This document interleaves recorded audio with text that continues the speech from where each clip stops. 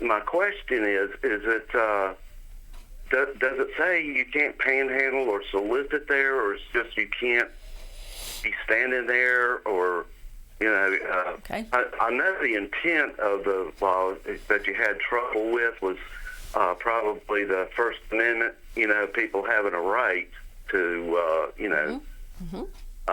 assemble or right to free speech or something. But it came that you kind of I understand it was like kind of a zigzag to get to the point where you wanted to get, that it ended up being a safety issue. Am I wrong in going in that direction? It is a safety issue, and I'll read this ordinance here in just a moment. But I think and I think it was good that Charles was able to film it, right, to provide information where people could see it for themselves. You don't have to say, hey, right, I took Charles's word for it. You saw it. Yeah. And she was going in and out of traffic, and she was crossing lanes of traffic. I even noticed in one of them, she opened the side door of a vehicle there. Right. Now, I saw her when I came out. And when I came out, I thought she was maybe broken down, because she went from one vehicle to the back vehicle, and I thought maybe she was asking for help, but that was not the case. Right. But they're allowed to solicit, or I don't know the word for it, panhandle, for lack of a better term, if they're like in front of Walmart or Lowe's or Rural King or something like that. Is my understanding, is that right? Well, I'm going to read this to you, but on private property, it's going to be up to the property owner. But I'll read this ordinance and let people determine for themselves. Okay. How the well, law I just got one other thing I want to ask.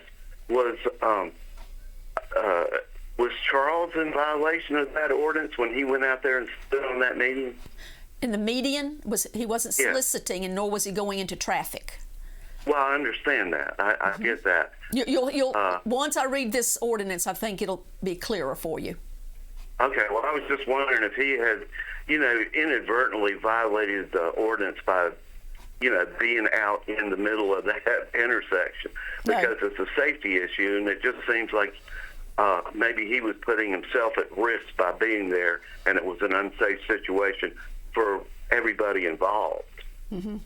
That's just I'm not attacking or defending anybody. I just want to, clear up the difference between somebody's right to free speech and to, and how that might collide with a safety issue. Okay. And the way just to further clear up what I'm thinking is that, you kind of got around it by saying you didn't want them there, but you turned it into a safety issue rather than you didn't want them out there soliciting money.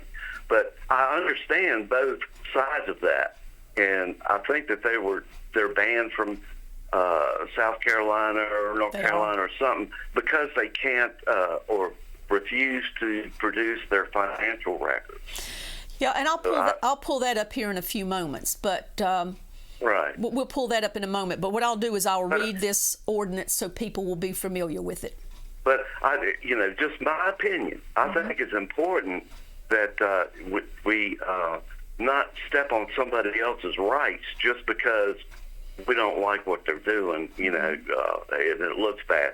And another suggestion, maybe you could get some crews from the county or something, give those inmates some exercise, and take them out there to that hill across from Walmart and clean up. That just really, really looks bad over there. And I don't know if the county can do anything about it. It's a private property issue or whatever. But you're talking about the bags that blow, over from the parking lot. It looks horrible. That hill that that borders y'all's establishment, going all the way up and down there. It just. You'll find at any given time, if the wind is blowing, the bags and trash from the Walmart parking lot all blow toward, and of course that bank keeps it from going any further. Right. Yeah, and it just looks really, really bad. But I don't know what the answer as to that, but maybe somebody can do something. All right, thanks for your If call. we want to make a good impression, that could be an issue. All right, thanks for your call. Oh, you're welcome. Bye-bye. All right, gentleman asking about the ordinance. And this is coming about again because of a situation that happened yesterday. But this is Section 12-600, and it is, what word can I use? Described as solicitation of money, distribution of materials, or offering services to motorists prohibited. And it says the following activities are prohibited in Henry County. Number one, it says the distribution of handbills, leaflets, bulletins, literature, advertisements, or similar material to the occupants of motor vehicles on highways located within Henry County or on public roadways and medians located within Henry County. The solicitation of contributions of any nature from the occupants of motor vehicles on highways located within Henry County or on public roadways and medians within Henry County, and the sale of merchandise or services or the attempted sale of merchandise or services to the occupants of motor vehicles on highways located within Henry County or on public roadways and medians within Henry County. Violations of this section shall be punishable as a traffic infraction with a maximum penalty of $350 fine. Okay, here's a state law reference. State law reference. Localities may prohibit or regulate the distribution of handbills, etc., solicitation of contributions, and sale of merchandise or services on highways within their boundaries or on public roadways and medians. And it says Code of Virginia 46.2-931. So I hope that answers the questions for some people who might be interested in knowing. And I think one of the issues, of course, halting traffic, moving in and out of traffic.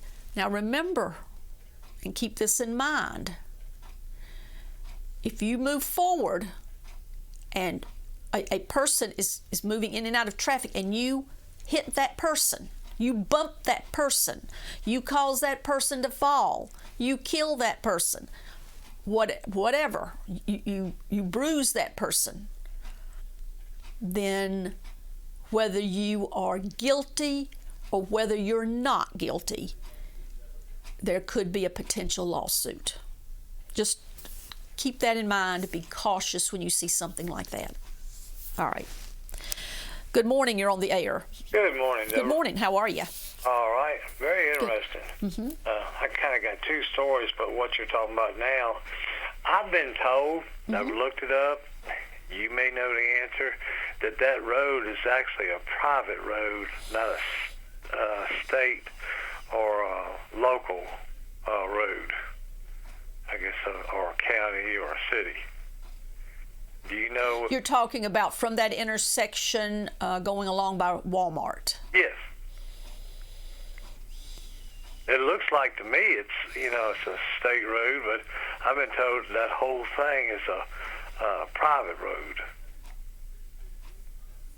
But I don't know, does the state actually scrape that with ice? I mean, as far as snow and stuff like that? Mm-hmm. Is that like a convenience, or does somebody private actually clean it? No. Throwing that out there, I don't know what the truth is. Mm-hmm. Mm-hmm. But I'm glad that that the ordinance is made, because I don't want my wife or my daughter-in-laws pull up and somebody like that is out there, not in today's world, Probably not in the past either, but in today's world, I don't want no stranger walking up to them.